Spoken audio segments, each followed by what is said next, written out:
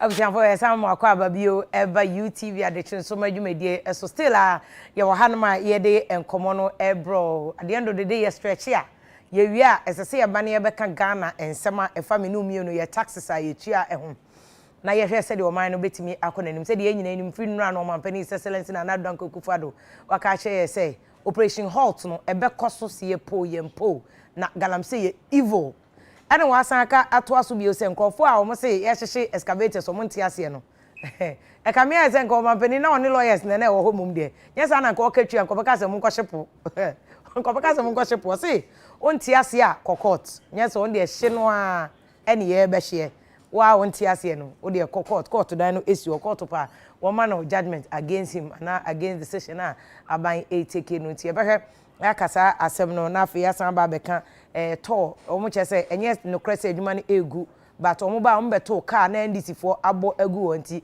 almost 5 years ni aban chese wo mo to mpanifo se wo matua 1.117 billion Ghana cedis legacy debt de ama omo car omo chese NDC for na bo ka na egu wonti ne omo chese NDC for no ma no dem omo keka na to egu na to omo se enye no ko go into sa issue no na ya hwese de ensem no etie na mostly ye nyabro na aka police for na yakwache wo ma na ye so omo eye bone na aka no so ehun asem but seriously galamse any security issues na o de frame a eno aba be major is especially say amrantia ne maba wo Ghana nyina fix nyina che se adwuma ni ho unim say banking sector crisis na kasa so banks ni microfinance be gui nti ehun che ho dada na we so covid ni ade asan aba be kan ehun but answer na be kom nkomo no so no ma me chompanifo ene o mbe twetwe nkomo Yera Alfred Thompson MPP communication team member o studio ha oba be join ye de nkomo yi de ahyehye so de amamo sanso na yenu abema Kwakubu Anye deputy national communications officer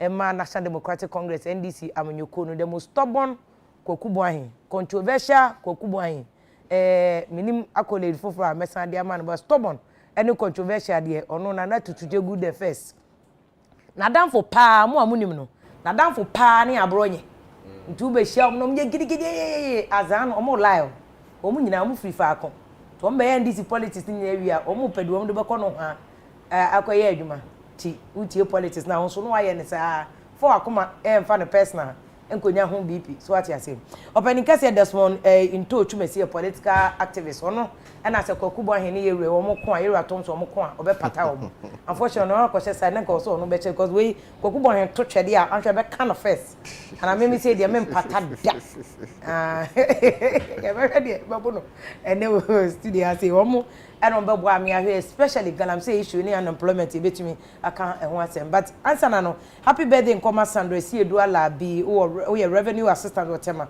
collection point on o say happy birthday kese so nkoma wa ho na yenu abema Asaki Samson Awingo bet executive secretary ma importers and exporters association so much in concern yakopon so fa adom ni bi enka ho no wenyine efi adom akọ adom na happy birthday kese so nkoma na Kwatin Ahmed ewo Agri Development Bank headquarters wa wo maame Hajia Fati Alige no so yes abodi am de ma ayi what they say what they say Kwakubu Anye Alige so sa controversial and stubborn Alige maame ne Alige dia na chese wo so ye Alige san enti Alige si wo ma happy birthday na yakopon wonsha na wo ma o nimde na nyini fi adom eko adom emu ye na abema hope sin adoye so o chiamo e wo studio wo hu ohun si introduce mu anu hu say yes squad na lande squad mu squad ankasa nti so chiamo your mame na mencha no incoming mayor hope sin ana hope sin incoming mayor of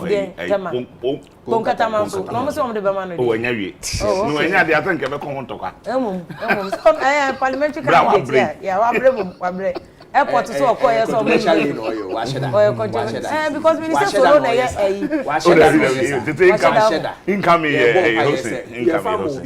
ye bomba ye say but say solo na act oh yes at the moment but ye bomba ye say on the man cause airport ya mo de no kwase maji oh onya wie ye can say go vote mu na mo cook against it ye vote an can say hopes na ye emu nke ato ye do ma no Mwana mukiki my better tackle me dey man. You voting so an. You voting so go nya because I want NDC strong. And why you lose elections? On any. That ye any na. Different 4 years. Different nation. No, 4 years will be. What the difference so? No, 4 years will be. Okay. I'm telling you on authority. Oh, Debbie. That's the mama you so call. Eh, first time. Oh, Debbie na what the one home dey cry. Oh, they say Chroma Ghana is in the account so cry. E o ma contract bi bra wan tuaka. I go for the call to some account abide na tato so. Our fetch the cry. Yes, now say to egu make us na. Oh, ma kan nu so. Ma ko ho so okay. I work as be bu of set some the be be adwuma. But tema de me mate yi kaka. Ma contract to omo light nyina wa. Me tetema o tema de. E ho nyina yisum am wo bre na on the no come to answer contest bi. Tema me yo. Okobi mu anka demonstration be no Ghana anka bi. Na wo tetema so nti ye tema wo. Go for me ko e ho sum to am robin na. Say me ka just almost man. Like street light na wo dem a contractor bi a wan tu aka anwie na contractor be guy here no. They say ya nto aso. E wo he e wo tema area ben. The whole tema town. Hey, the whole tema town. Na tema na one community. The whole tema town. My be a friend Derek. Ono no mo dey contract na man. I be pem na won tua ya akokot ama I court de na. The street light mo dey friend dum mo. Say we Ghana. How many million people at the moment? 30 million. About. I think I be census I be who say more be can.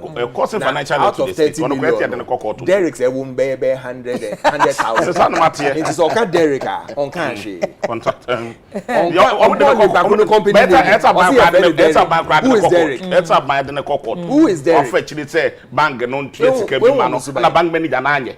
Of actually omutika bi buy. O ma contract no fair actually. Omo ta to na account no so no. And of actually ko bank manager say o many use bi from TMA. Yes. And a bank bank manager na Zenith Bank. O ma ampene.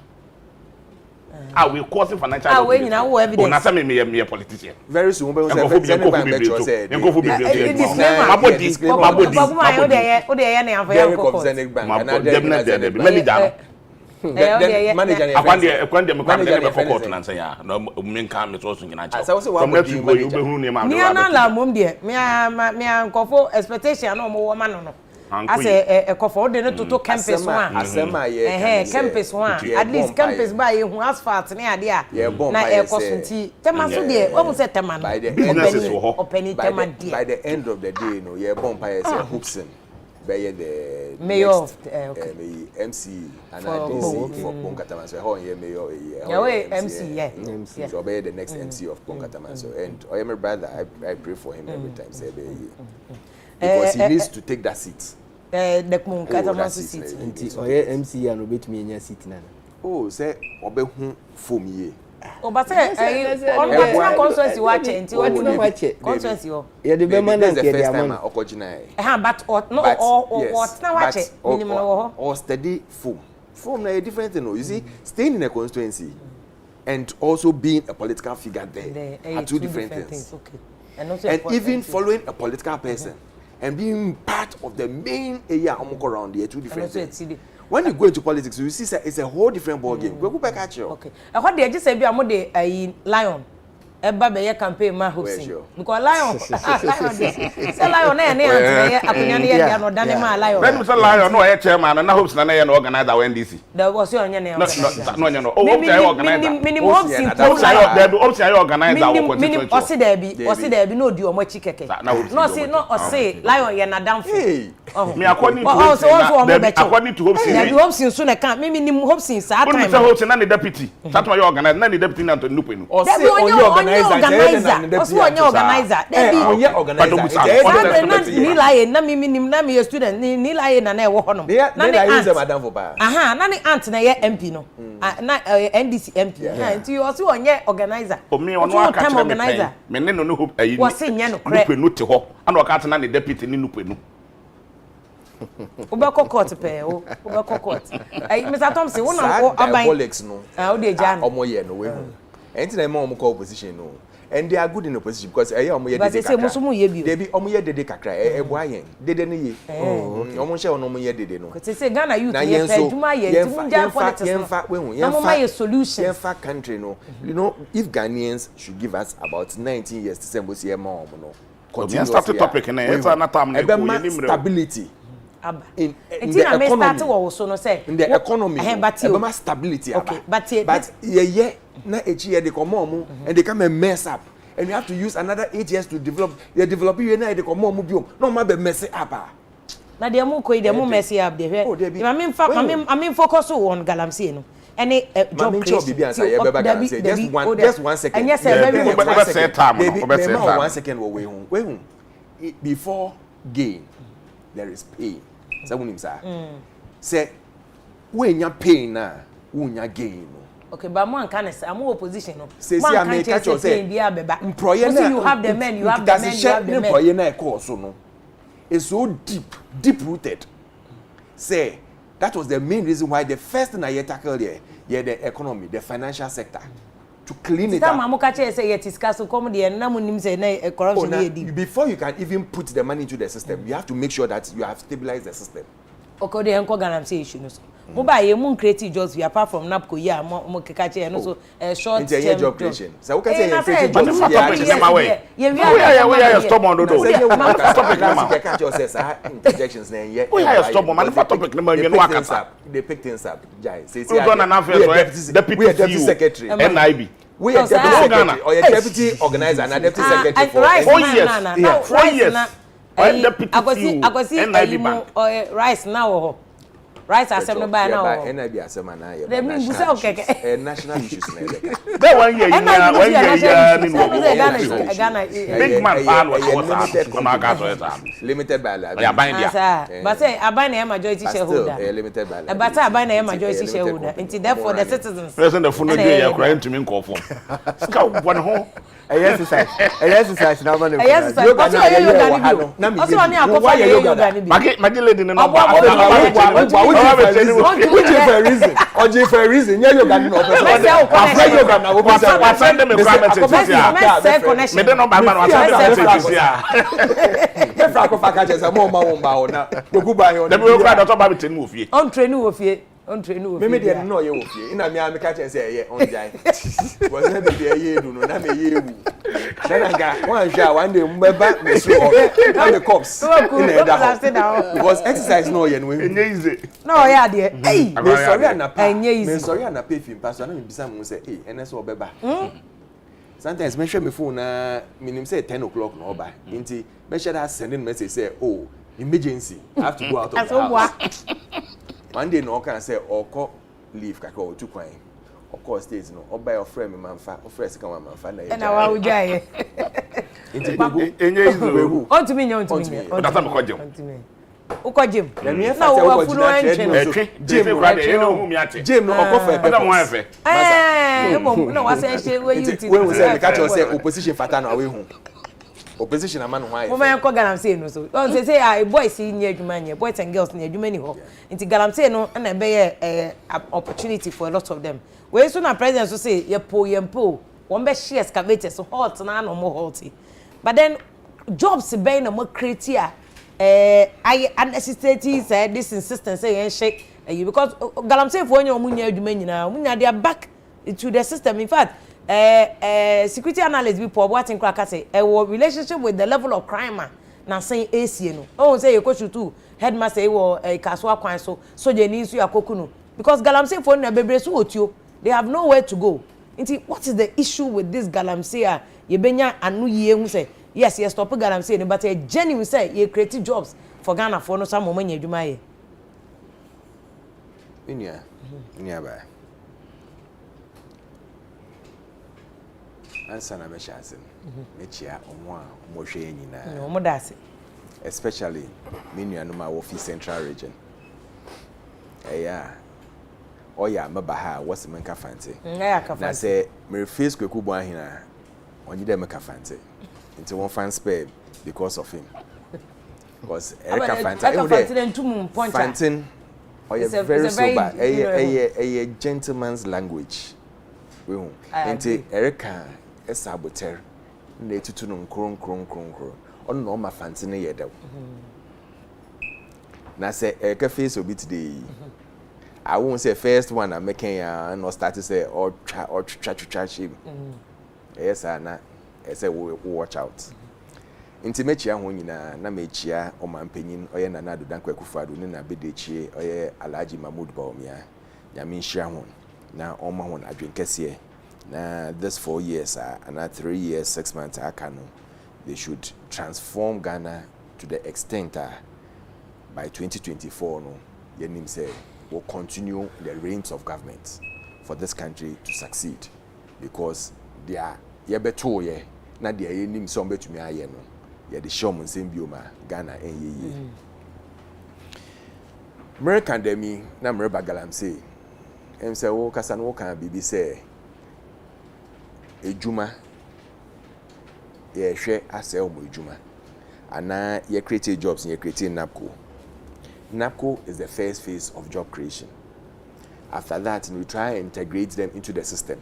So say some of the companies are form permanent. You be fund the next batch. Oh, I see. It's training. Well, usually, what do we see require? Now, we say almost 2 years experience, 3 years experience. Guys, never call after school. Almost experience. No work of experience. No way. Sometimes people say one and then training and wabefa. But it depends on the salary too you are given. So we'll be training here, no be so far. So we put in the NAPCO as a stopgap effect. By the time Ebia obi be publish ana bibi na anamo beba say omo hia nkrofo no. Now they've got the requisite training na omo hia for their job. So NAPCO is a stopgap effect. Until we are going to continue and we are going to continue training so that our graduates will get employment. Some of them have called me, so they are being taken permanent near there. So even call you say when you be na yen can list no near there. But it's your hard work that will let them take you on. So I'll implore on them say momo fe ejuma in dia agro. Or mo fa say on one personal ejuma na ejuma ne papa de ejano. Put in the best efforts and you will be picked there. Coming to Galamsey. Galamsey adia yapa. Ghana has been in existence for 63 years. 64, yeah, since this year. Galamsey didn't start yesterday. But I didn't know it do some pem. I'll say one thing. It's greed. It's greed. I'm saying greed because me dream me ho. Me dream me nua no ho. Me dream me kwa me ho. Me dream me nua no ho. It's not about employment or anything because time Galamsey no mun call into it so deep no. Now when people working, when people making money, they were. Those times when you can Galamsey na ebia my friend say AGC for no omo ye o meyi wi a na nketua na egu fom no na community for no afa no omo wo so na enya omo de ewo. But now people started buying bulldozers. And you tell me bulldozer it's for small scale mining? It is not. It is not for small scale mining. You can small scale no that is the small scale mining. But when you start buying concessions and you realize me na makoto 25 acres 25 acres 25 acres, wouldn't now bo my small scale mining? And small scale mining.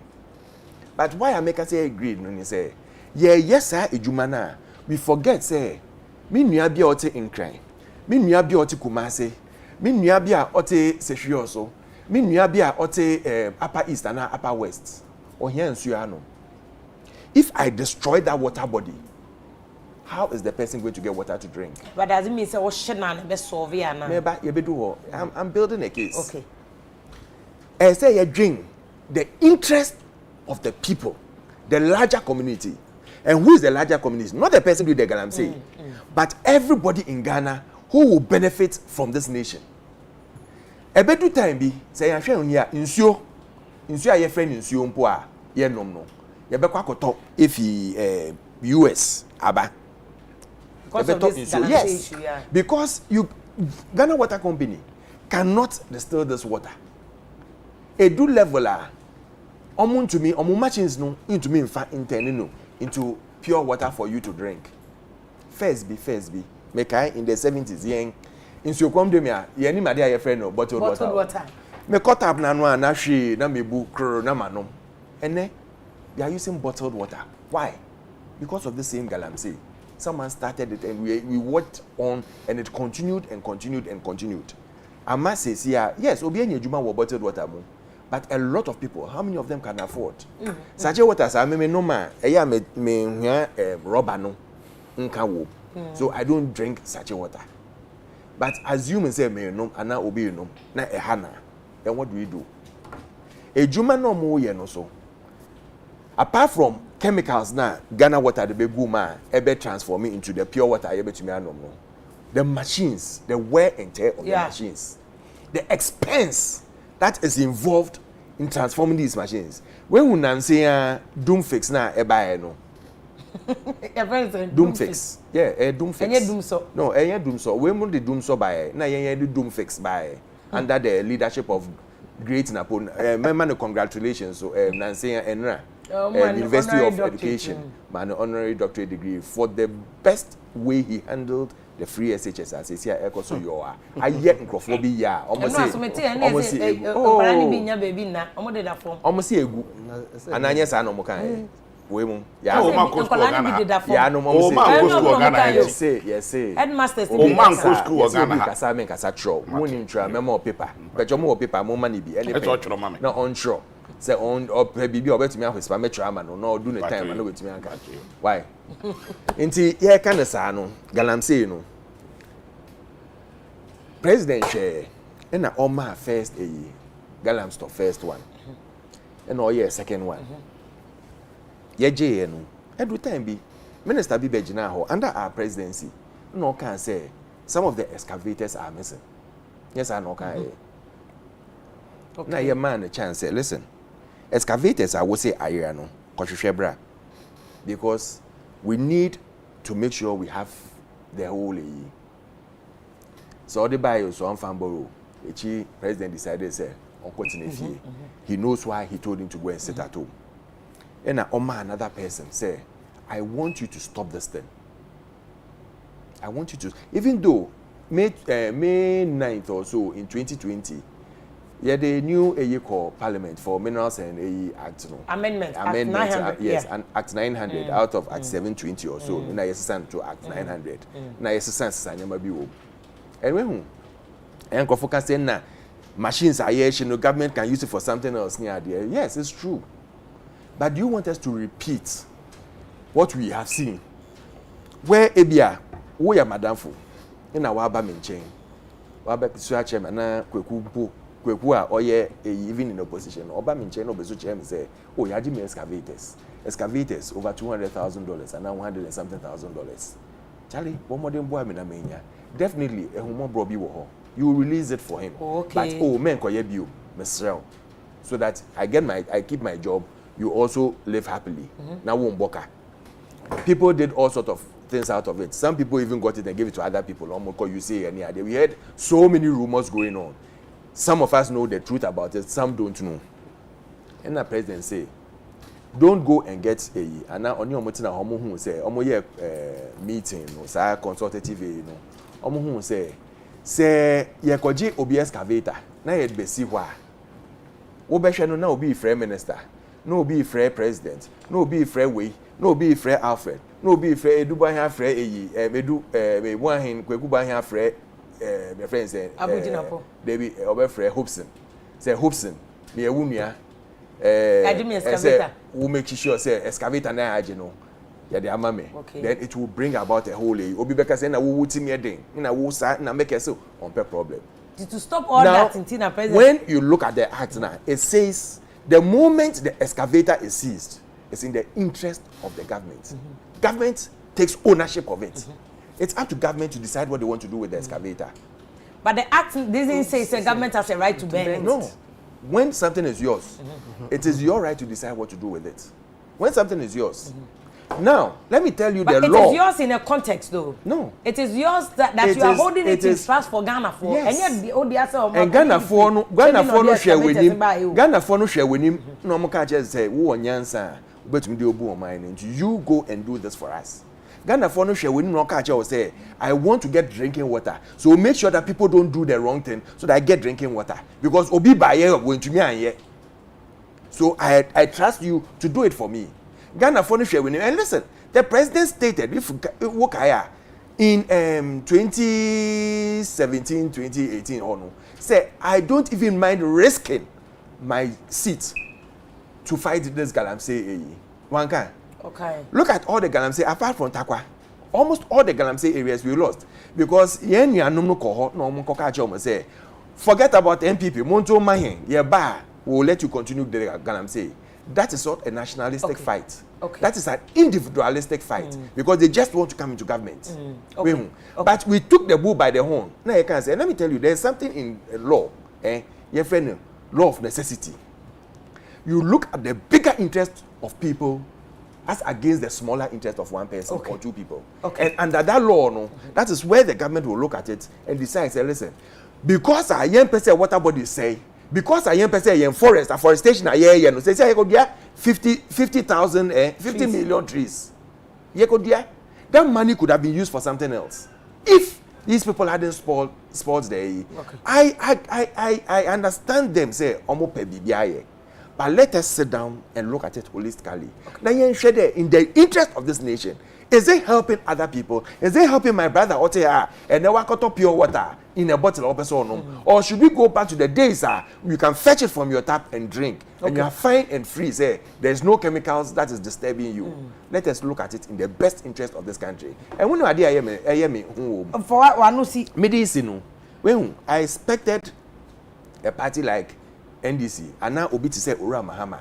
When we say Yetina Hano, the taxpayer is still paying President Mahama, ex-President Mahama. You know he's underpaid. As a former president. Is in the law. So that's Canadian all day. Now Kaminenwa, say, listen. Let your money. Oh, President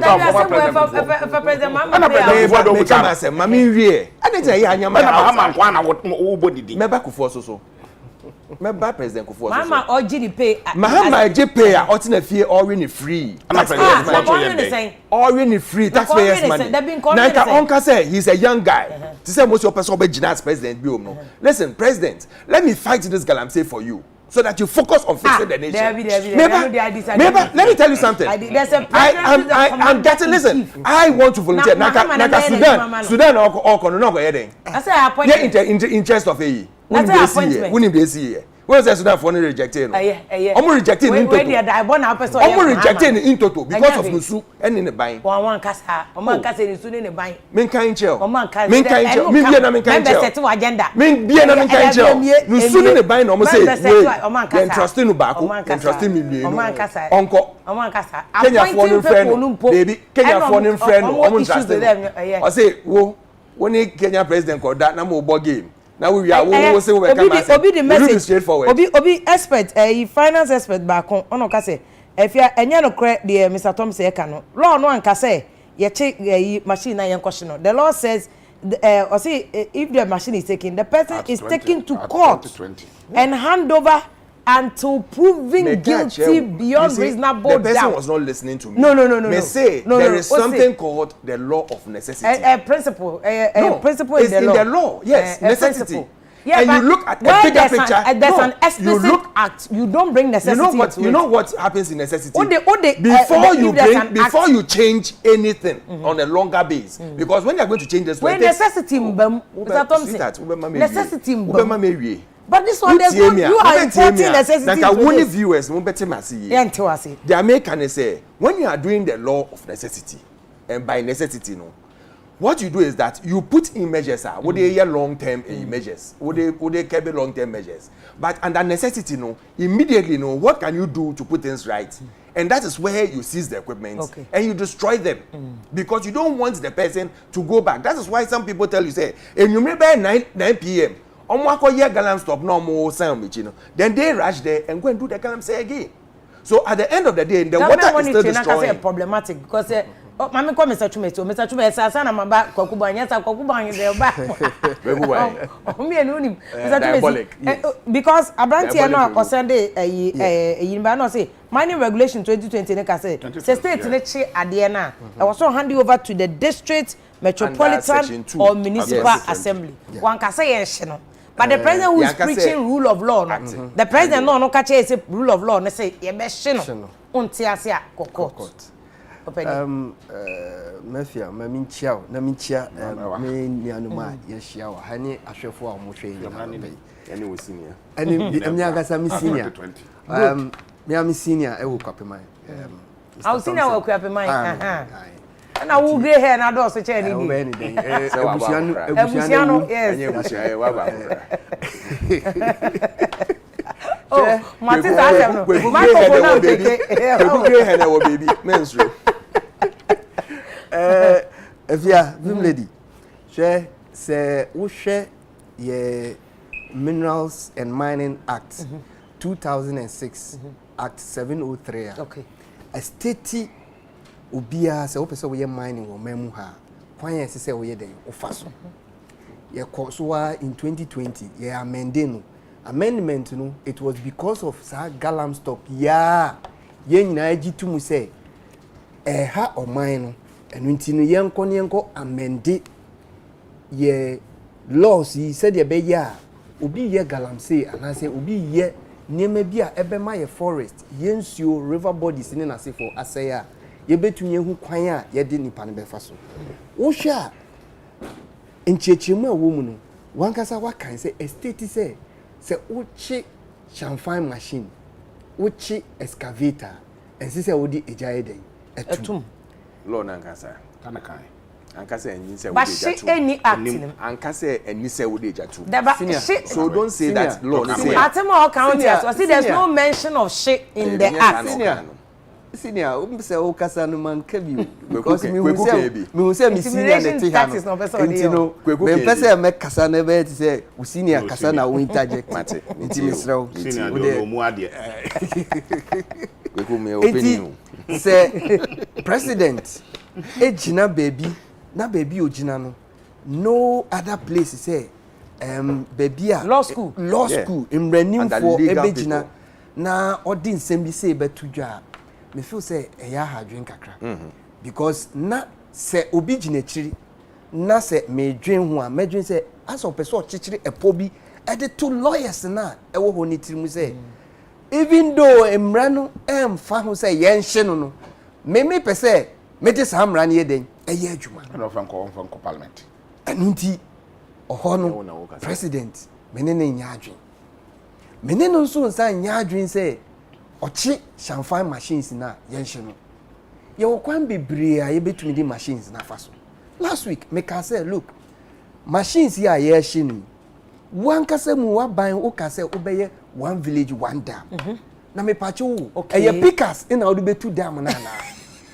some machine ya na odu betu dam inti ye den na wo hye no na wo wie a wasan ekukuru sika e de akwakoto machine foforo say me de kwakoye anye bia eboa anase ebo omayika se yanhwe sa niema we nyina me feel say ebetumi ahayen asoman yeti ha ye kan ye ken wo ka bibi say employment unemployment ha adwen wo memu ha anye bia machine wo sizi a say adriver ni beka ana driver ni nka wo de ko district bi se omonfankotu boho ana so omonfankotu dam ya a driver ni no betena so etu wo shina what destroy employment for one person because at the end of the day no se ufa machine kwa but president ka say ade no mo ye na illegal illegal it will be a we are there illegal no you cannot have any right me mfuaso say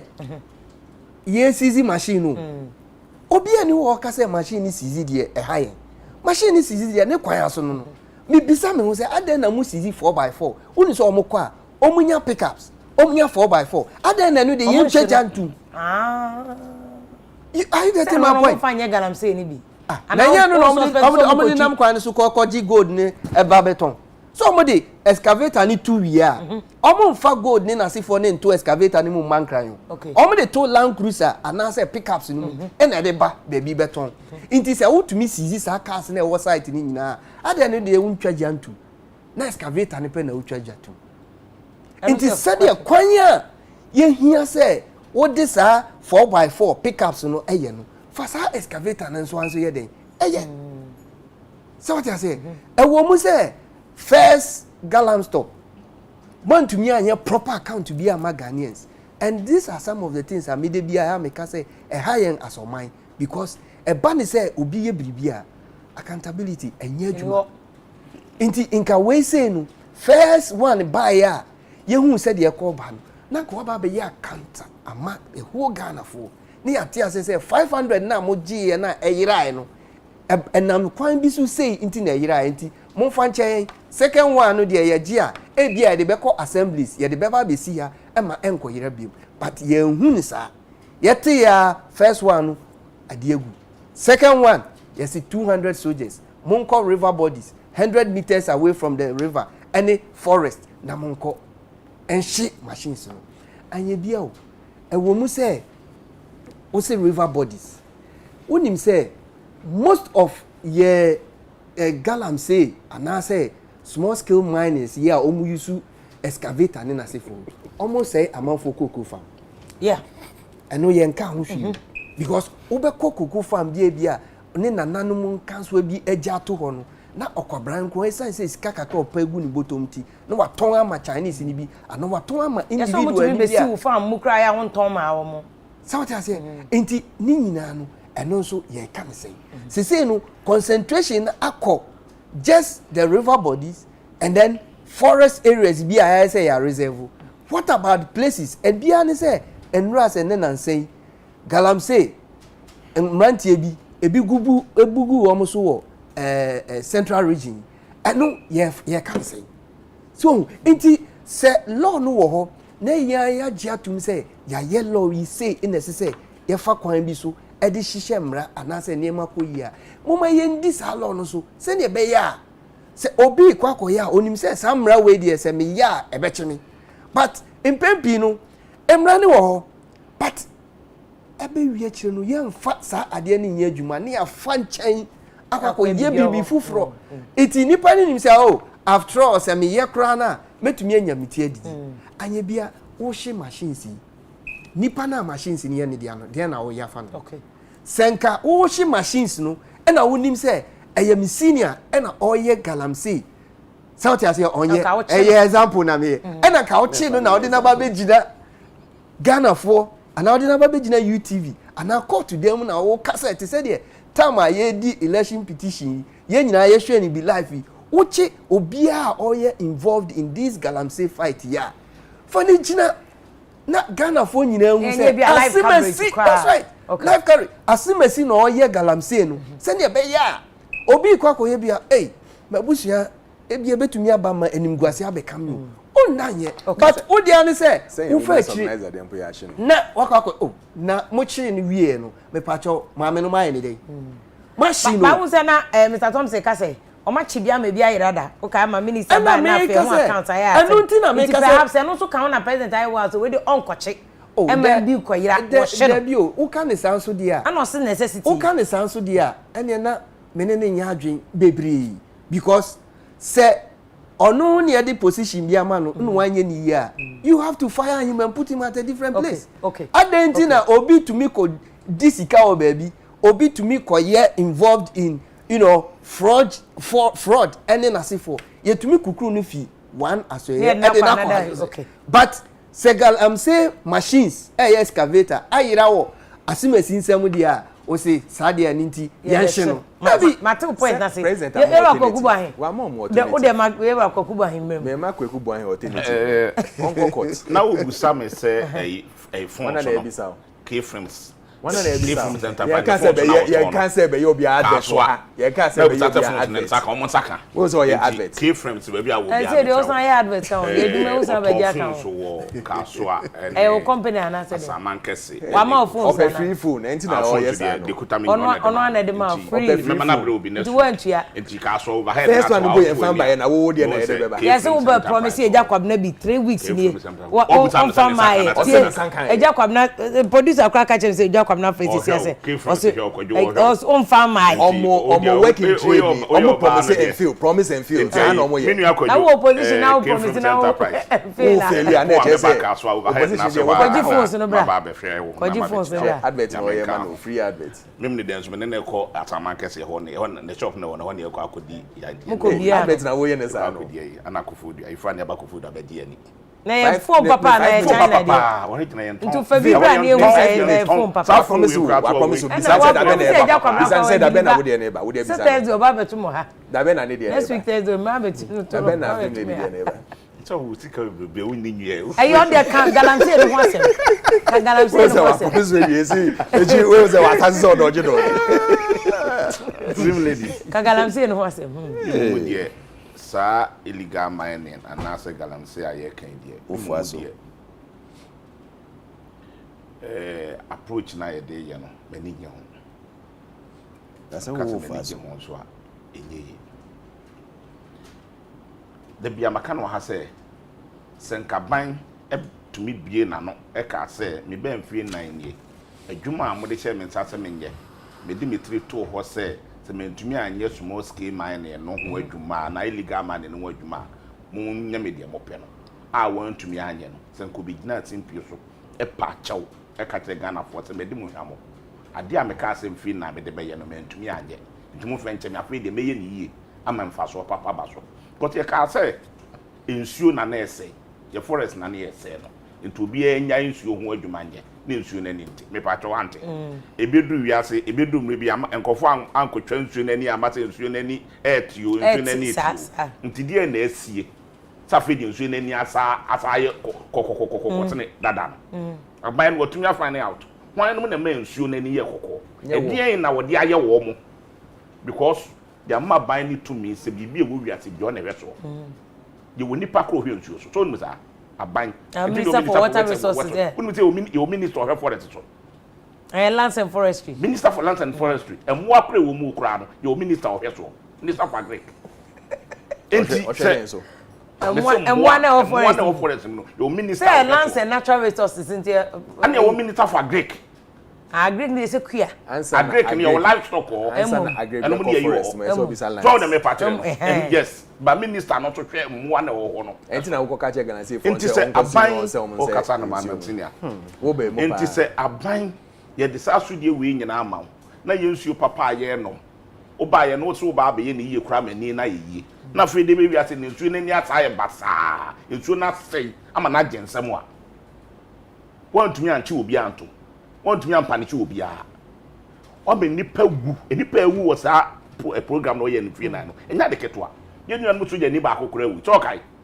Mama yes anu de na link to galamsey yes no ne soma omom ko ho a ekosi ye so na me patre no ye kunkum nipa bi uni ha na ye nipa ne go excavator mo ye to mo ko ba bi ya asoja fo ko bo omu yi omu gu nwura mu a omu kunkum omu nyina enipa omu dwane ko nwura mu a ama me duru fie enya de keto a machines aye say no cars aye say no gold aye je efri sankofo yi nsem ye hunu ba bia gold no excavator na yete yesa na ado tnem ama excavators ni nyina ayira agogo Burkina Faso minim se na ado tren excavator mu mani tumi yira e ma ne ya anado no oye in charge of excavators no na teche ye dey share encrofor ye wono ankasa na teche excavators no otuma conform am beche na wo ye de bank na excavators na yira nte kufu ado na excavators na yira ba bi o tren mu de kogu ye no o me enko hu ono tnem na ba bi o de kogu ye no me enko hu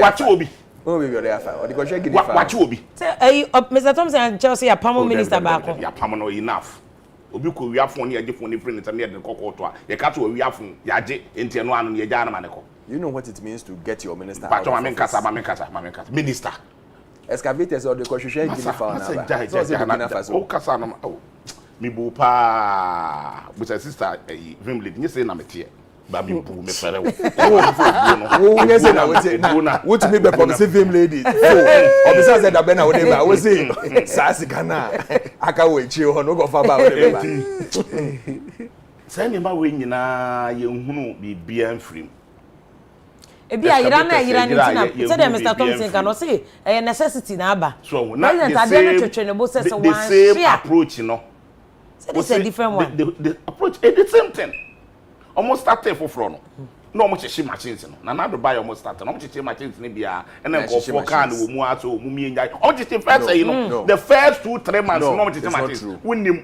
go to net and check.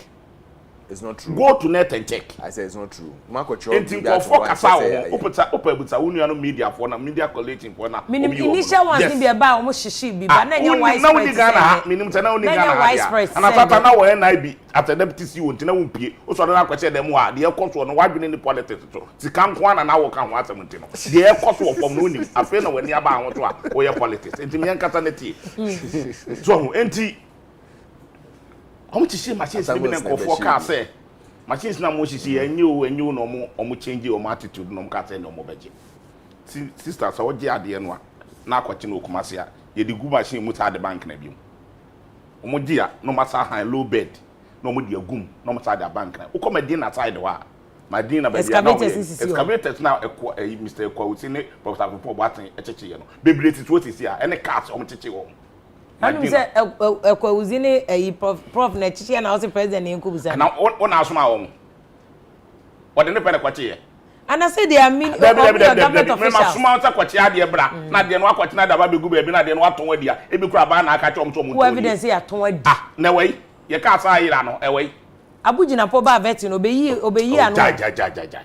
Enti se wakosesa machines no na machines ni baabi e wo na machines na yira e be premo ne ye nchi obi antom ye hu se kwa otu kotwa pictures le betu dwa se minister ne so ontonto obi mankofo onfe bi mankofo won hu ta video no oh ekwa is this minister say ontonto what the minister say omo bi omo to bi ma MP no wo ayi central region no abeka to no de oto no 200,000 Ghana cedis efri ekwa ozi ho yes ene we like niema ene o am say minim tatam say na wo nia Ghana hanso dia hey ade ya press conference nyina sami menu ayi me boss lawyer sami dem fly press conference na yayi pictures ne kata ma verify video na video bi na bia e ko na kan betra radio so abeka say video ne sa from pom water kan say won to bi ma obi ma e ko uzi me hu say asemi ba wakasa wo ho official na so yes atam dia kan dey na make wankasa e o de connection security bon kasa Central Munja the video na kwa uti de buy okon ho no oka say say party for company for emu bie ko fu na leak video no nya kwa uzi na de buy e sanyo no an kasa na ete na ebe pem ne ye nchi obi anto na the same approach no ana wo sa de ba na me kokubu ha me sori a na mata abọ me nsem ama miwa motive wo de ba first no want to me answer CD wonu do mo ye omo jeje machines no omo jeje land so obi anko land ho biem no ano mu ye no mtwitwa land no ema MPP for boy tete friend community mine ma me nkata nyo beti ase wonu ta community mine no and excavators no mo ta jeje ye no omo ta cheche ma wo ta de ma boy tete boy tete fanya djuma ono mo di chef forest no mo mo sensu and dey after that for V8 ekoko gina wona e bo mo ho ban no mo tu uchi ya na wo ken talking about ya but me national security ni no che soja taade na nsan ne sankofo echi omo etu forest aye do omkoko to man kata president ne so ma omo to omkonko ye na ye yusu omo ayawa so weso ogon shooting no omo ko prepare nkofo omo we word ne say ye de forest no be omo no makotu gold omo nti no omo che kwa omo tu omkoko to omkokan e wo court nti say why yes ha ne ma we nyina awie nenne what's after the same approach no na dey ba we see Kwakubu ahia say deputy national communication officer me metra na me moment say Kwakubu ado why dey we fail totally we eya apobi no mo ye so mo ye rare pa be bon kwachi kidjemfu enkofo machine no mkwachi no ana mkwachi extra good no companies mako 5 and wo mo ye the same mine ni bi adena kidjemfu ankwa de no mkwachi na 5 na aka no ye the same mine no de nya kidjemfu ankwa o se Kibi Fields the minister stated it don't come and sit down and lie like that so much de ye nimu ane say kidjemfu amachines ni atobi amodi. And now the same companies, 5 companies, where ministers need be appointees, he be there. And then I need to conquer yes, and yet true. Kejamfu akasa new spokesperson akasa. That's how 5 companies, you know. And then I know they don't conquer. The same man in a Kejamfu here, and where be no more Kejamfu. No, the prospecting license. No, what started 2006. I'm a Uremua, my woman, Sam and Lance's Crown, and say you need 4 months. Oh, to me the call. Small scale. Yes. Which one? So they may partner no. But you heard that divert attention no. Yes, you say. Oh, and I say. Omo maka no ministers no ne wo mu no omu tu no. Omu chayo omo den. be ekoso small scale mining and it's illegal mining no sister a dream lady ye omutu but ko ba bi kakra bi a no makwa akoye bibi na etwa picture na de aba na to jafo no other side na e protect nkofo the minister we obetumi aya ne say na de oye nyina ne say land no MPP for 4 years no che forest ni nyina ma omo ba bia mining concession wo bia e che ye ma certificate ma mining site ni nyina asa di jonjira po opa bia ne kakra di enti no o ti ye nyan to ho wo lances o ni lances o ye nyan to ho enti ja to ho de a obekwa ko renew ayeto wo time aso ya je afi unsem no no to anya land ni bi ni ewia excavators no say ye ma hu to mo ye ho debate no na yeto ye nya ahye they say no de be koso ane say ye be cheche akwa akoti district assembly ye be cheche akwa akoti regional ministers no na okay to go by o solution is saying say ka o president solution is say machines na eche na hu hia aban appointed regional minister aban appointed DC okay in charge na machines ne from come DC ne say ya kwan ya enye no ye fa sa machine we enye say DC you know within 6 months and 7 months ye ban sa machines ni ho a adwuma de atwo nsa ye no umfa nye ye be DC ye be regional minister no to okay etuka so de ade wo jam regional minister wo na appointed no wo de am DC wo na appointed no so mo hwe so mfa nya adwuma DC no ton abeyi na di obeta atenatom regional minister ahwe so yie na DC ne ton anato de man comfort the side comfort the be regional minister meto atom sa asa yi wadi a ofi te machines na be say ye be say and no be solve galamsey in the long term say ye won DC ni MCCs it just stop be bia and surface man be e koto bia okay you stop ni na as person tu ate whether license or not yes license or not small scale mining bia koto there so abuji na po as na no no aye no e bi tu yan stop bibia na ehunu say the mine bia nkoso oria obema me system patron de me pattern no because obekwa na mine bi yeto we the documents or dey adwuma and dey ja no obekwa yeto we the documents or dey be dey ohunu enti ye jai be 6 months na ye wo ya som ye ntse mine bi ekoso wo ba bia o te say dey ehunu say ba bia e wo ga na bia ye ehunu mine bia wo nti em french hye papa mu akwem de ne de ejani wo no ye mo na ho ban no oje de ne de ejani wo no em french hye papa mu ho no onye dai no onye dan say ye beka say ye jai na bi ye na bi nso nye emrofo no omwo forest no mu etuo no so no say emrofo forest no no mutu gold no sisi a ya mo mo lance to emrofo abrofo ye te kan na ya ka sa no onye mo na mo de mo silence abai so amabi eno abrofo a wo mo che forest mu tuo e bi won suo ho mu tuo nyina ade no mo de amom kwa no mo che forest mo mutu no mo gi scan na no mo de kwabuchi no mo fa helicopter no mo de ko mo fa plane no mo de ko nye de hye egu amom bibini no so o ga na ha no so expect to bituma ye bi no won de ese protect no machines no akofa ba ne be che no okay ade ne ma obia opportunity ye ma obia anim de na gold na wasa ase ase no ye ne dan a ye betu ena na mo penso ne tu gold no okay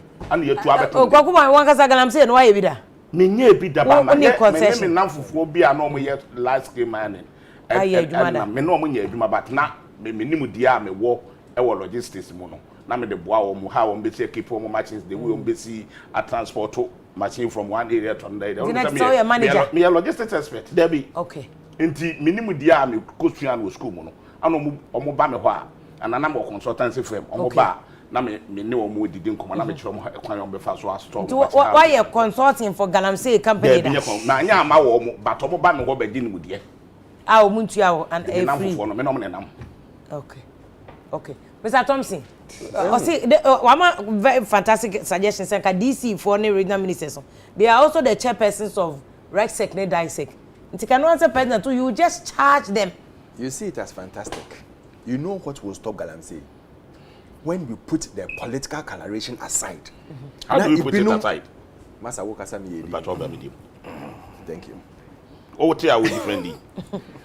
You put it aside, and people like Kweku Buahin, Omuko Galamsey sites now, they tell the people say, Masa de amu ye. They don't go and encourage them say omu ye. Now omu power, they'll give them the chance. When you do that, you are not fighting Galamsey. You are rather destroying people's lives. You are destroying the country, and you are destroying what the president is fighting for. All because omo per se or mainugu, so that they will say MP by going to me. That is all they need to say, and that is why people like him and then the boss Ura Mahama they move to all those sides. Mahama Kojina platforms so no say Galamsey should be stopped. The president is not fighting it. Now Kweku buying videos or not it be last week or the chairman. I oko another station say ye twa mpo ye chain wo say onu ni on share the video oko gina ho ka che o say mo video no ho bo boy anka obi ahu ye say ade akweku boy anko ka che o mo ni say omo ka che o mo say what he meant was that aban bar ye be mo my small scale mine man we need answer na obe che what you meant. You tell them to say much your can say nanka say minister or stop it totally no or catch them say munjai no totally sa na say na ko catch them. When he goes to those places, when he sends people like he said nketia say omonko yes no boss no now wa catch them say dia mo ye na egu mine no dia mo ye na ese mine no dia mo ye na cost mine no mo che ho no mo ye na wo prepare o mo na wo kun o kasa no me ye di uchesu o mo na yankon kwhwe o mo nkran. Well, all kasa no me ye di. Yeah, but unfortunately, see, the point also is that mo na mo ti akonya so. Yet akonya so na ye dia ehia. Ye dia ehia na dia efata. To save this country, yes. Nanado has said that he will not spare anyone, whether you are a party member or not. First 4 years, no one was spare woman. First 4 years, no one. Or the humanity 5 ministers. You know why? What now appointment? Ministers, sisters. What's your rule of law? Yeah, sisters. Dear me, Yakran, some ministers know they share woman's son. Some 5 million hours, some appointment. They are all ministers now. I'm in charge of them. Say, need to one count. No one can task force. But need to also not directly responsible. Or no, no, task force. Say no, nekasa. We are not. I told you upon the Thomas Mamondo. You need to deploy. No, na TV 18 man or mobile land and home buyer. Or more 822. Why we no rush to Kumasi? A quarter or more. Now working. Now, need to was asked quite. No, minister. Oh, yeah, no defense. No, task force. No count. But opening on them on. Now let me give you. What is the solution? Let me give you the gist. All courts na hono all can be so say license na and we got cheat kits there or say cheat kit machines in a year 5 ni adiaka. It's palpable falsehood, big lie, trademark of NDC. Yen kanya makeke na yen fancy group. So what is the actual situation? Minister announced, no, catch him and say, listen, apart from that company that came, it's not KJ4's company. It's a Canadian company. Canadian company, yes. And on Oye Juma Woho as general manager. It saddens me. KJ4 Juma as general manager. But is she also not a partner? Whether partner, general manager, whatever it is, she's part of the company. Once you are working in a company, more or less, me, when I'm working in a company, I see myself as a shareholder. Of that company. CEO of that company. I see myself as a shareholder. The moment I leave that place, I'm no longer. They be minimum. They be minimum. I know what me. Inti, it's not about KJ4. It is about whether you are mining at the illegal place, and that is why the minister stated clearly. And let us understand this. Or say, obi or mining wo nsuo or in the deep of the forest, your items will be bent, and you cannot vouch for your life. Madam, and I made sure say he mentioned other companies are yes equipment like Kibi Goldfields. Yes, equipment. So why is he acting? And you see, I even expected people to praise the party. Say even your own women's organizer, who is one strong wing of the party, the women's organizer Mponyama, then they can see anyone's nyama. They can share in one's but you are he's rather looking at it say in a yako shake it in Guanyama to say ma obim pekita. It is telling you that this time they are fighting and fighting it to the end to make sure that this thing will not continue. Okay. Well, yen share adieno holistically, and that is why I all can say na yanje omo 4x4s ne omo weni adieno. I didn't listen to him because it's not about the 4x4s. It's about that equipment that is by the riverside, that is destroying the water, or that is destroying the forest. It's not the person's car we need. It's the equipment. So you need to keep that car. It is not the car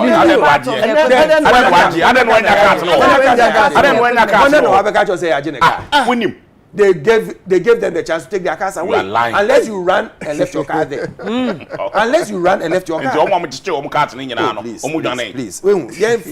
They gave them a chance to run away. See, who gave them a chance? I said they ran and left their cars there. Okay. That is why they take your car. Okay. But they gave everyone there. I don't know about car. Fioko. Okay. It's not the car. It's about the machines that is destroying the forest and our river bodies. Mr. Chube is the yes, I point. There's a car to pick up the 4x4 so can only convey gold.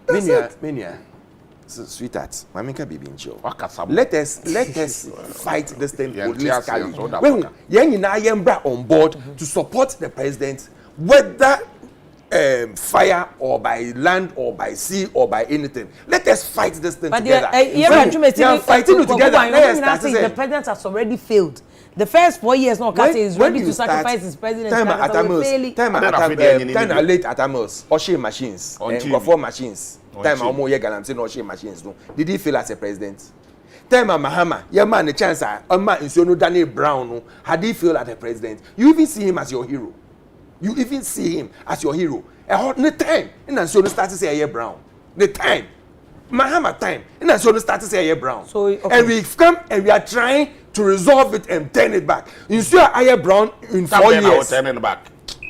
You see Aye Brown in 4 years. You see Aye Brown in 4 years cannot be turned around in a year or two. Okay, fine. It takes time. It takes time. And we need everybody on board to fight this fight. Okay. I need people to come and say that, listen, yenfa politics into J, yenfa Bibianto into J. We support the president. Support it. If Benin will make sure that people will stop it now, yen support it, now yen stop it. Okay. Once and for all. I like the last point he made.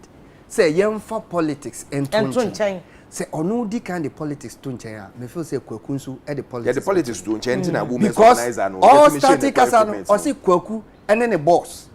The moment obeka kwaku ene ne boss no na adane politics. Ono so be defend it. Ono so be defend it. But o wie no who say yenfa politics in here den ento nchen. But che evia vim lady. Ade we before I betumi a fight na etu etwa.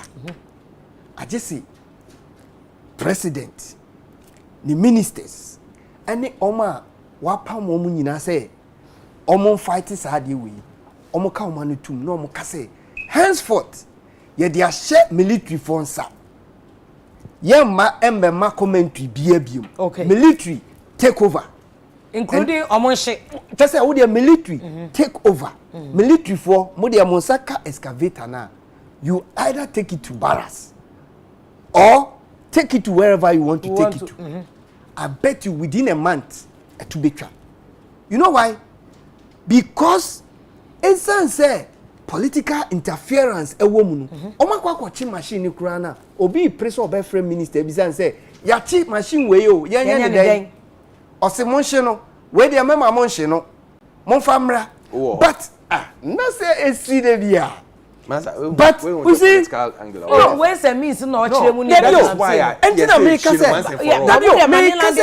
say ye jai political interference I was a galamsey fight mu ni e ka say okay say see ye wo operation calm lives ohone ye aso e bia obi ye galamsey hu nsemsem a obekọ no ka ko report unfa phone enfre minister enka se mehu asemesi wa ha ono di otu ntimi nso me ko ha kwakutu se ye ne saa etubetwa but ye ba na ye be massage ade no ne ye ka se na oye ye women organizer cry akwakohye ni de eniti at the end of the day no ye be konya san kwakohye obi foforo de a emwan na ye se ye bibi ase ye dada ye ho adanko dada do because at the end of the day se ye political interference in our institutions and yet about galamsey fighting kwa everything bibia ye wo mamu ha bia ye the politics akata ye nimu to extend say ye take time ye beda be so no obi ni yiri kra to hono ma o ma ne chop money obeka say e bia mahama breso na me ma 10 cedis akufo ado buy de sabe me ma 5 cedis enko entwa yi enti yenya politics na bibia mu ye de ewura mu me de eka me nko a enka asoman no se ye betumi aye developmental plan bia ye de beto was 50 years ye mfa nhihye mu se obia ba aban a the first 1 year ye man pressure bia se onye bibi foforo project a akechire nyina o make sure say obe complete. That's what we are doing. Oh masa Which one I know project akan room ebini hospitals akan room school dan akan room ni nyina eye niema ehia Ghana fo enti say yetumi di bibi ye hihye mra bi say wo ba 1 year make sure say aban project bi an e wo so a want to nya ye no wo ba complete but ya ba na be yet say de bia isan say ye ba yinim say ye ba for 4 years no ye the policies bi ba ye policies no towards the 4 years until ye be we first 4 years no na fe the idea na start fighting that is what we are seeing now. Okay. We don't have a long-term plan. And uti de bia wo mamu ha na opese o plan pe na giegu. Because untumi planning for 10 years as mabunu. Okay. Because de bia no policies niema ye bia it keeps changing. But say yetnasi as o mind na ye nyina say ye de mra aba ye nyina ye nim say we yemra adenti na no de yentumi fan yemra na emra ni nye adwuma na yenyai political party and suggestion na kokubu and dem asenka DCs na regional ministers mum and ye hold you more responsible president here answer fe ne ye kwakofa soldiers ni police for ye tax you say wo constituency wo district ye hu say they will deal with you be sacked when you say no more will be proper monitoring than ye so soldier for fin cry so mu nyina nkokra na say na afie bibisa say galamsey ne yetumi wonkan abi enye yenkrasi any district ne na so ena you omutuwe nti media menene ya adwen but the point is nipa na owo honum obehunu na ode ne ho kra kwakobom ebe wi akire ode akobon nkrofo no ebe wi akire no na ono kra na o ma instructions and ebiasi nti no say what to me at your back a prosecute no e ma wiase afa na nyina ehu say this EB who was involved in Galamsey has been jailed for 20 years. Often say, I'm for officer. Ombeka say, may Fuaso say, Konakotu Galamsey. So that will serve a okay. Oh, a bebua, but enya ya see way our political party way na buying a wasu. Enti ya dia buying a wasu, ya dia buying a wasu ana. Ya krokro a buying no tisunama. Sabi bibi kosumpona ye betumi aka ni ayedi. Okay. Na nka mi hu ye krampo no. Enka said ye krokro aban. Enche ye krokro no enu nti na ban ni sori na ka bibi a kire unim say me wo problem with opposition parties in this country, political activists, because instead of them to do the needful no they are rather attacking themselves as opposition parties. Okay Look, senka yetumi putu aban no on it toes enka ban on fa ni ho edi ti said your fa ni ho edi. Because niema bi wo ho na say to me back out near catch aban ni say entwa yie no ubo na ye massage no na instead no unua na ono wo opposition ni mu no ono mo na one fighting. Okay. What are we doing? Me back na ya another wo pese wo beji tumi a nipa na okita cap no nipa na okita tumi no ono na wo born to say ade a wo ye jemu enko yi but wo be hwe na political parties be oma kotina baby say ye koye press conference near the tia another opposition political party moma yen put to the government on it toes said ye emiri bi atwam no ye put to mahama on his toes e man to me ye niema bi a aya ahyenso de e wo ho na sanke ye put to abanyo tisu na said ye ye kan say clergy lawyer for obi biara kana no atum niema nko yi a no obi ayi. Oh, me gidi so mo kasa. Omo kasa wo tibi wen. Oh, omo kasa. Omo tibi wen. Na no Ghana Bar Association. Any kasa no omo kan. E so mo bie mu kase. They have to exercise the volume because we can't hear. You can't hear. Ma me say Mr. Thompson to want me can messages we fit for. Remember me Iran no. Was good morning Vim lady na greetings and come honorable Alfred Thompson. Good performance and ope wada na edin me last Suleiman mo kemkos etikache nse fantifo no ye ni age ne ho pa branch ba kwase ono de o civil servant na baby oye adwuma no nim so oye no wo imi tene ma bi won mo ntumi enka but study ye Galamsey asem no de wo se etumi hwe ne ye seche ya no ne ye ka ne ye solve problem because enwuma ni won ma branch ne mama a wokra no omo beye e na abrante we so message ono so e dey about efia galamsey asay forest asay nsase asay kwaye asay nsuo nkuma no ne ade nyina because Ghana for any brain te ho de me Mr. Thompson ya adwen nemum oman bie ni wonom a obetimi aka so o man ne abra onfa plan ento ho we nyina abedi baby edu sese because ya shedam plan anye nhyehyeye enti ye now ni yase ye share excavators and solve problem bi ehute enti ho no ye ntie suggestion akokubọ henum ne ade de man se hye na ye hye ne de enya de ebeboy e wo kwambia so ne ye ntumi fa solution papa enumum e de enfaso bebre anklato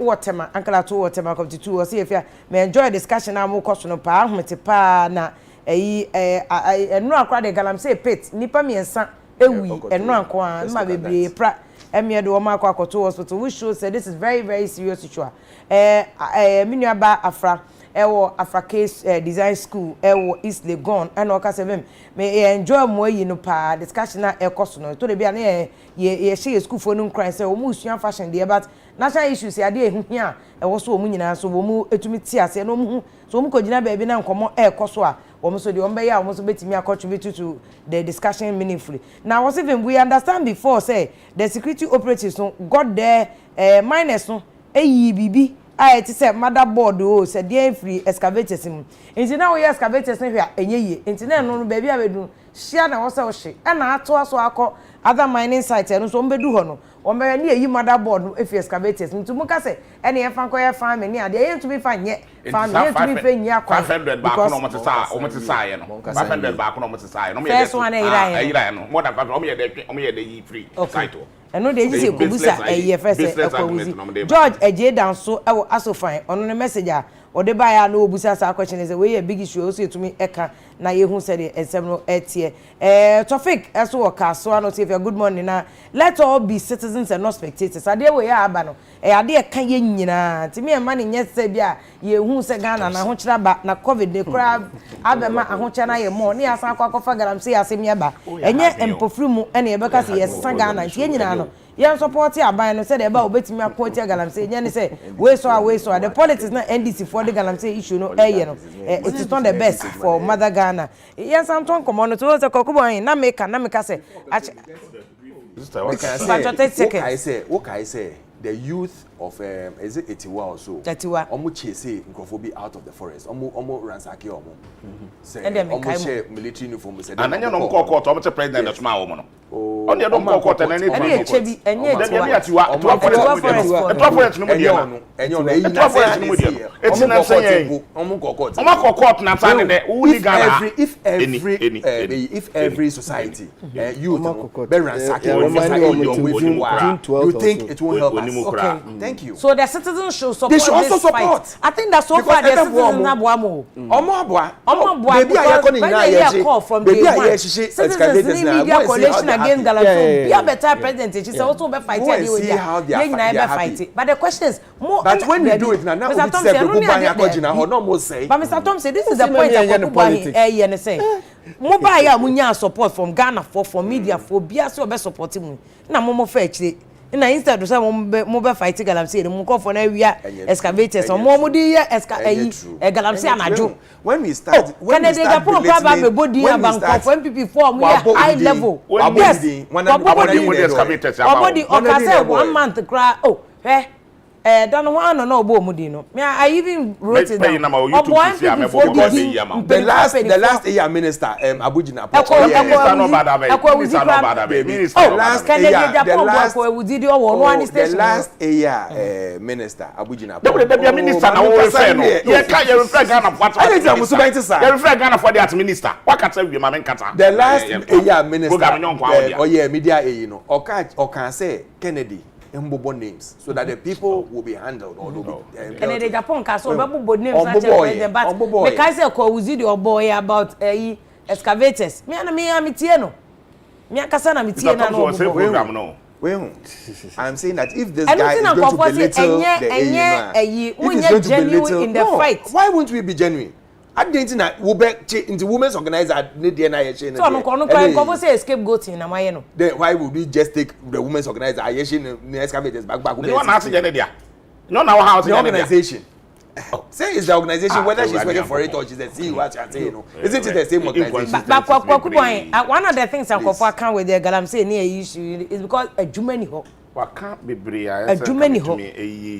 Okay, you know, briefly, near because the entire Galamsey na babe lucrative business and no boy see ko we yen na say a Jumani ho. The omo yen na say about a Jumani. Enye no nya about a Jumani. The ekosu nyina na say e greedy. A greedy person me nkuminya. MPP 4% obodo mo sabo nkum ne mo nsa ne fa nyina bia. You know the number of NDC people in there. Say NDC for anya Galamsey. But all them make us say because ko bia send message say wo ye bi o ka license. Oh mami business so not na on swear won life so on license ah. Me say ya suppress bi bia o Ghana ha. Enya dwuma. Because so we ya sofo na akoka na ado asem a ye be chesu, ye be preparaw, ye be chese, ye be harass o sa wontumi nka.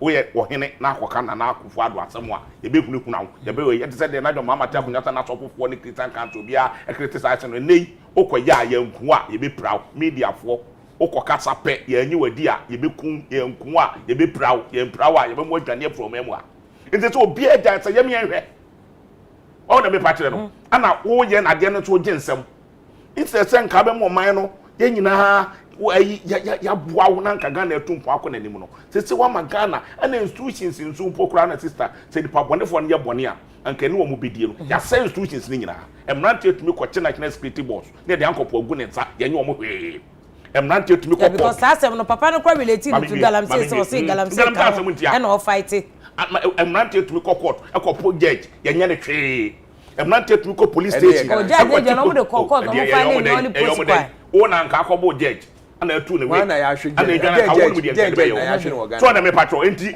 emnante etumi ko police station a police for protecting no ye no yetumi ko ne akwa bu police ni no ye nka hwe ana ye de ye nuanom because obekọ attorney general ne ye de MPP ni pani awo na na dunu na ato obekọ police ne ye de MPP pani na ato obekọ yoko ne ye de yakọ akoto obekọ enti je say eye party nsam nko enti asam no kura no a eye oman na de esi ehia ne de politics ewuram ne de aban na ewuram enti enye ana ya suppressing institutions organ na enya na asai ana oman no ohia ne kom ne amane hunu na ekoso ene ma boa ye den ye bi enye na say ye nsuo kakra nso ebe no nso masa asai no edi dum so ana asa abei say na ta no de tum am say Sunday yes ye da tum sa more than 24 hours maybe 24 hours omu dum no ana omu sa so no 11 omu so no enra wia 3 enra de no grid co for issue statement omu say enya busy papa de ehia na omu box supply station ba ko na fort ba aya ho kire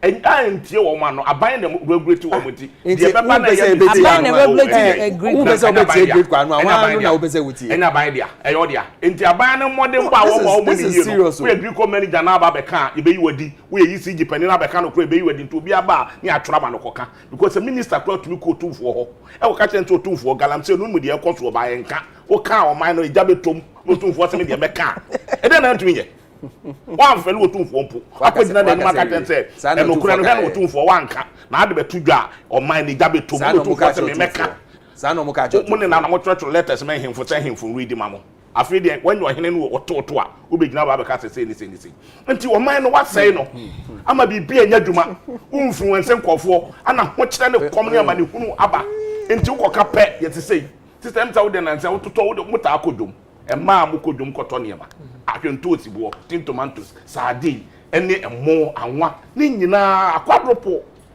muntumi nto na ta betena ha wanya kokoduro justified nti awo kire aba na nka ma emrante na adwuma na nka emrante na adwuma decent job a sister nka be yeye na kokura amuso mu konkodua nua ebusumi nsia nie ye ntua nkwara ne ka ana omutu emrante ni adwuma anye o wie school otifie Galamsey na won constituency obi abefa na nkonkoye ka o kreti adwuma papa sabrante ne nkoya obi tan ko be ko nwura mu obi a wako school adura chiri ko be ko nwura mu akwacha mra no mama na bu agu ne so amana agu but na mo say wa fairly as a government how ka so be kreti adwuma ma decent job ama kola bia able and willing to work I want to me anye nei one employment na atiate se Ghana ha nyina e dia robbery aba Ghana ha nyina court of impunity so na e koso because MPP ni ye boni aye nche no MPP ni ye boni na ye jai no ano man na I say o pa che say galamsey yen jengu man na say yen fighting abano ye omo two galamsey papa even in the operation hall ta be catch na nkombo ko omena kokodu akọ catch otumfo ta hwe no anka otumfo de beto abonte si yetu a ebe ya se otumfo ka say omo say he should stay to the omo say ti atwrama no to won kan omo na tro na nkanya fan ko be catch omo say de ya atwrama no won kan okay ana otumfo si da bi me mu ha de binim tem wa motete wo no bebre tu no mo tu entimeka so na me patre no enti se wutu na wo kwachire di a de enyo de ye nche machines no won nse small scale man dey for be car say machines o mo de ye ganam say ni small scale e aba 5000 na e obuchi no mo say ya chi o mo craft mo te be 40 enti de aka no de no mo de ye no omre mo ene man no mo di tu okay wo soma wo mo na de wo Kentucky amom na ta de V8 amom no da kwacha forest no mo protecting go for mo mutu o ba no ata be ka say wutu ganam I think let's see ko that but ye be ma me ma about 2 weeks so na ni ata say ya chi so far na ya hihye I don't remember now no crowd mo kasa about 700 269 as what's in a move out what's and 70 no they not see a movie out from the forest when you sit here we are santini na wo twa intro kese to a whole chief to say otumfo anu ya when people no that is not what he said. Don't say that. What did he say? What did he say? What did he say?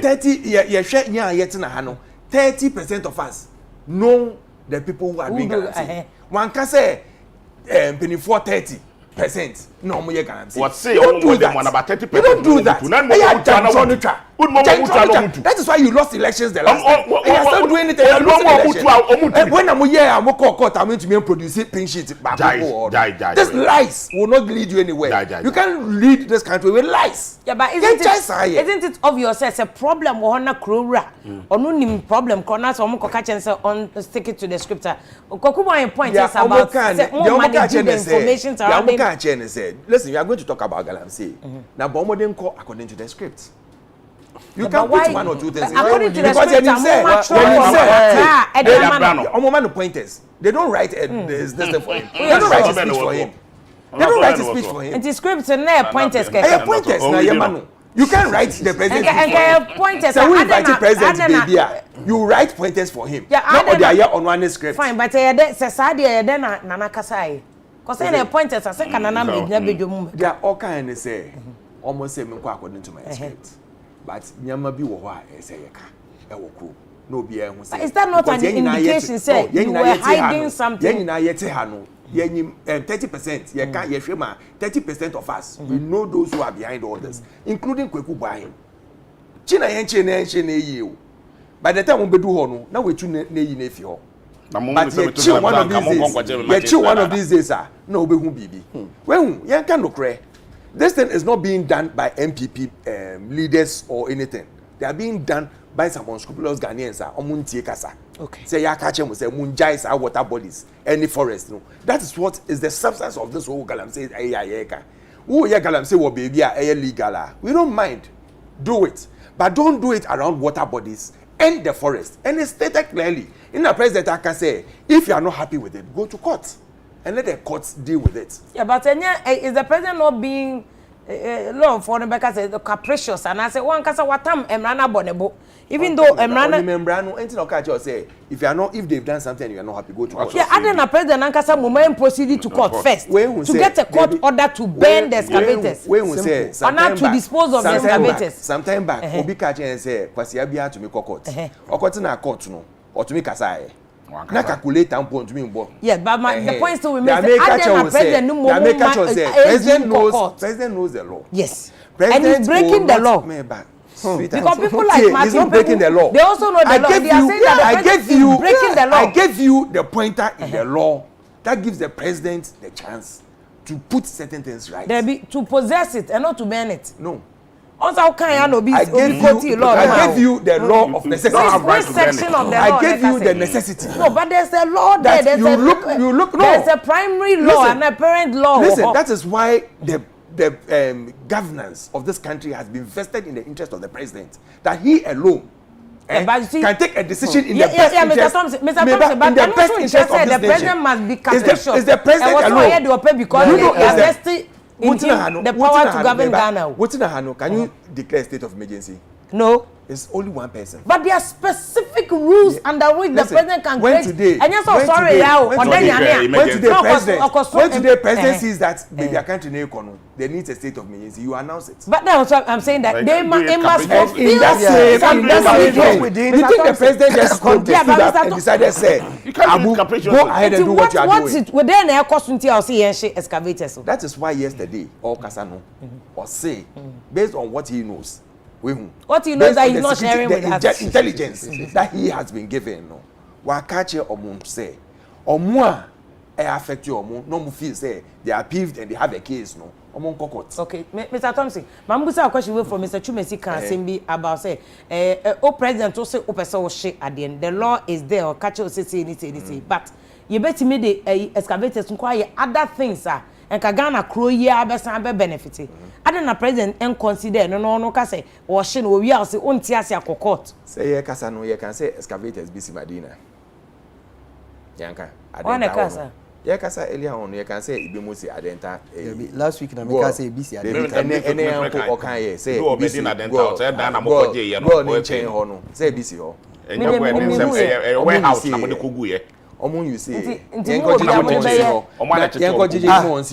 I know I to 2 batteries in India. And that's why I'm saying that President knows the intelligence is sitting on, and that's why he took a decision. And he's taking the interest. I support the president because he's taking the interest in the decision in the best interest of this nation. He's looking at the Ghanaians as a whole and not individualistic. Okay. Say Ebia, Minya, Anna, Madame Fu, Anna, the minister, Anna Obi. Let us look at. Are we dealing with a judgment debt? Because we say, okay, say, want to make some judgment debt we against some people. We know. So some for now say a year first say small scale for any business they are heading for court. That's it. And excavator board back we are saying approximately about $250,000. Into $250,000. About 15 billion. 15 billion. Yeah. For one excavator. Yeah. And he said 16 years who calculated 15 by 16 that's somewhere around 200 and something billion. You see, you are calculating as if win against judgment. Judgment never. President Kufuor Nankasa say was shino. Yet say personally no bet your judgment debt Ghana na bet you see 30 million Ghanaians are telling you say and I say oh the emphasis say 6 million Ghanaians and a to Abama and they are telling you say yes ro mention no. Yeah near to Abama tell you. Yeah, near to you could never mu to Abama. Oh, dear bra. Na bebu man. No to Abama DC. Bra, na bebu my mind. Na say at the end of the day, you have to Abana Mawewi. Na asema utumi back out to be catcher and say, in the interest of Munti and a may shake excavator nidia, then it is wrong. Because all Kasano or say, or ye bibia ebe in the interest of ordinary Ghanaians. Get Ghanaians out there too are saying, say, you mention no. That when I'm here survey who say Ghanaians out there no say mention because they business support it. Thank you. Would you account text messages about that is not a proper research. But why? It says show na yeah can about Galam say. And majority of the people are saying say mention no. Which majority? Go out there.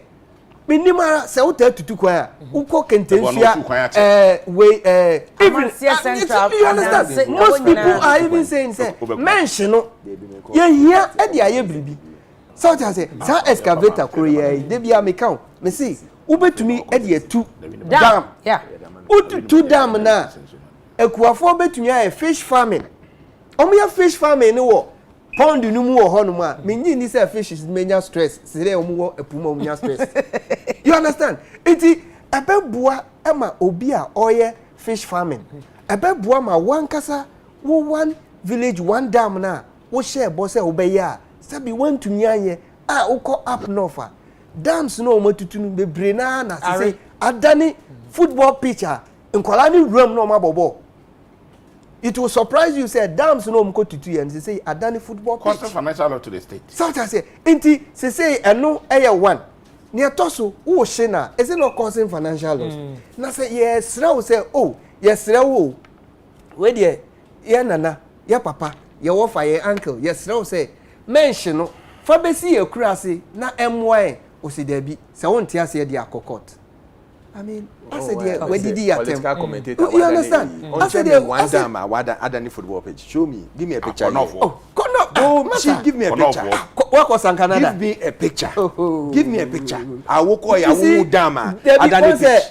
Let us not reduce political AE into that angle. Now, don't be following the traits of Debbie. Don't be following the trades. Don't be following the trades of Wekubuayin. Baby, I drive my Nkolesi Mudi agro. Ombawo. Nkolesi Mudi agro. One will say yeah, but first thing na oye. Oh, this ogoji oba number. Because we also oye yoga. Debbie senior, my yenka sem no na Ghana for nti. Eya na se ye ka no kre na Ghana for tia. Mo allow ye ni yenka because sabi ye betina ha ni ye kasa. Ghana for dodo na etie because mo fidie ekwa chire enti nsambia me na na bia owo okrase me wo fa bia owo tinkon wantumi enya opportunity na amba ha meka no yetena ha ne yakama no yakama na nichi because me come bontin so say o into ade hia me ne say ye ko sem no ha yen enti udu ho na onya opportunity na ka okay enti se medru ane menya opportunity na me ka say omo nsase na all senu and almost senu. Oh Jesus Christ. Yeah, but Mr. Yeah, some no bury here there. But okay, point to be na Mr. Thompson said there's also the issue of the necessity. I said, President, I hear desperate. And I said the way so no buy ya. Now I this requires that because President Nakata acknowledges for 4 years went to me and till like last minute when they said he must end it. Who said when you when you come out with policies, now one tobo I implement here, you become desperate. South say when you come out with policies, now say one taking time I implement here, you become desperate. Okay. That is what has happened because policies now called bano are correct. Sanka oka illegal miners, any galamsey for any omo ofro munina together, and oka say muma fight adhere together. Me feel sanka bebuano. But kitty. I can use force. South say in there uko pama man for waha. Ochina no makobe. Iti at the end of the day no woman ankasa wo san say state resources. Okay. Ube fuel ami for ye ekoi. Omu wie no omu kose, omu ko pam omu ha. Ade bechi no omu sia, eso omu sanko ha. Inti ade an say odi e bia 10 days here no. You are using about 1 month. And 1 month no. One eboka, is it not the taxpayer? Okay. In fact, Mati, menu about advance, Elvis question, some investigation about the cost of galam stoppy. Now, first quarter, I think they were over 3 billion and almost spend a year on a year. But you know, so you say first one, and you know, so that you wasted but you have final comment. As a American say only involved because I told me feel say and policy no dey ban e betumi abo because look enyo bia no to go there illegal. Okay. Yeah, omo ye legal but who buy no so omo nyina ye den enjai. Sabi dio oye illegal no. Legal ni nim say we oye illegal wa. But say who from omo nyina together na say look, mo na mo nim adwuma nani so. Mo mua me na ye fight. Me feel say bebo ha. Because obi o ha wakwaji na yen sam na agigi schedule. So just say obi o ha wakwaji bank busia na busiafo ayen tutuo eno mo de amane say fako ye adwuma ni nyina akwakohye nti se eba ne se obi a oye illegal no otumi wura baabi ekotu a na se wa stop na onkoka no ho no moye eno nti na ma na dose no because illegal for ni nyina se o ma ko dom illegal no mo nyina tugu well I make a message is only a final comment. No, man, not say. If we were in this country when the West Africa gas pipeline from Nigeria was broken into at ICs, so we could not get gas from the IPPs, from the then government in the days of Ameri near the car power and other arrangements by in now. This the MPP man say it was doomso, but the Ashanti region that we don't know how the power rationing will end, and the power cut is at another level. He's saying that it is doom fixed. What a shame. No one has said this is a big shame. Say Oka say we dey doom fix. And I say the MPP man must be honest to himself for once. During December 2016 election, when they took office in 2017, there was no doom so. And we know that since they took power, they have not added a single megawatt to the national grid. They say, fortunately, you want about 5,000 plus megawatts, but your consumption quite about 3,000. So we have an excess of 2,000. You want to also more fix. I don't know, Mr. Thompson can say you doom fix. And we also if you me chiamo pa ne me ni ajepa se me hu e first say unua bema Kwaku Boahe Mr. Thompson any tumesi enyina say. So my name is Kwaku Afo from Committee 9. I used to work with your sister Addison or Afco. Okay, Kwaku Boahe so for US na there be Kwaku Afo.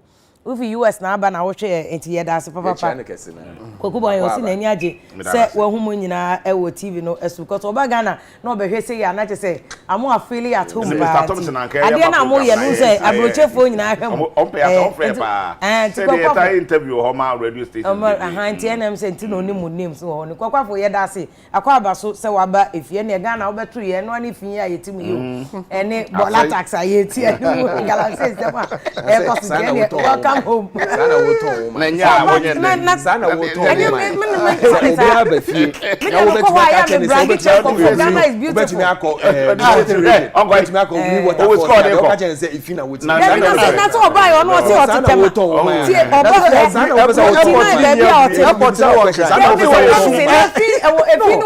if you one ka say if in US have you been to ghettos now Manhattan Bronx Queens if you order have you been to UK if you order sisi bola hono but they come and collect it but when we ghettos have you yeah but see I know they also ghettos yes what's it ghettos and yes we ghettos yeah they ka akọ hu nyina ye we say we have places UK omo can just ma ban na bola no omo ka just omo Westminster akọhwe ho Mr. Thompson unim sa na se me koto aduane o papa ye hayam so me am ko twama num kakra na nkofo bi ba me so me nko spread mo me de o makọ papa ye mekunko me ho ya bill ne ba na ye bola COVID levy NHIL get fund any adi eti mu fancy say we ni bola ne man ye na ye ho ndwo ye kakra na se ga na ye enter do bola ta na sanitation ministry eti na Mr. Thompson me bo I paid we me koto me electricity say electricity ye ji NHIL ye ji VAT ni na electricity mo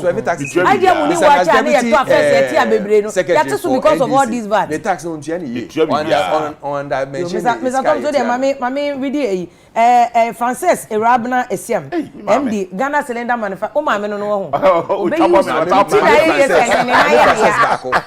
ko to de ya na ya enka no press no a Frances na mo NDC akonko na me hwe NDC girls bi no mo ni na mu endem se wa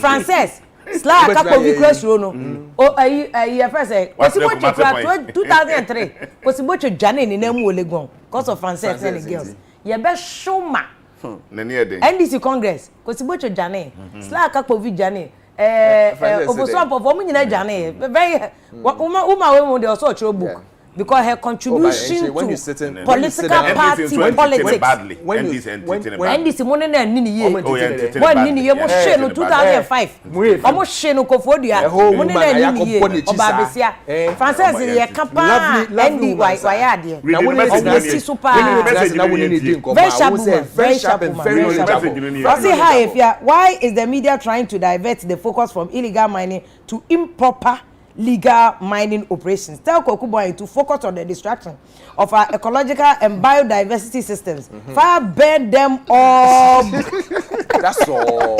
That's all. Oh. And then when you matter, I will do it. I say fire burn you. I say fire burn you. This is Kwesi crying KK MPP or Seneba Afrimo. Oh, Kwesi crying me te wasem no ya kan radio so crash and the what ne ba akola keto a we di 17 years. Ya asantoa oko ya asantoa girl can person I'm saying time na awie enti entumi fa kwekwa say time enti keke ya no yakopon emfa oba no ensi iye no nhye no so eman even so anya say kasa 1 second obi abe kasa 1 second ya de be share next week Thursday ya de be share next week Thursday mo ma enya next week ebusa ya na mo nyina mo ase say ekwahin yes next week ebe ko say John ayi wo chena yakopon ya adom ebe ba ne aba be cheche ebusa ya na mo ase say mo nyina ne yetena ewo Adekye so madwumedie so ebre na de etia anti yakopon ya adom a ya ba beto asa Mr. Thompson Mr. Chumesi na kwakubo ya da mo nyina ase e ma mo nyina mo ene hwe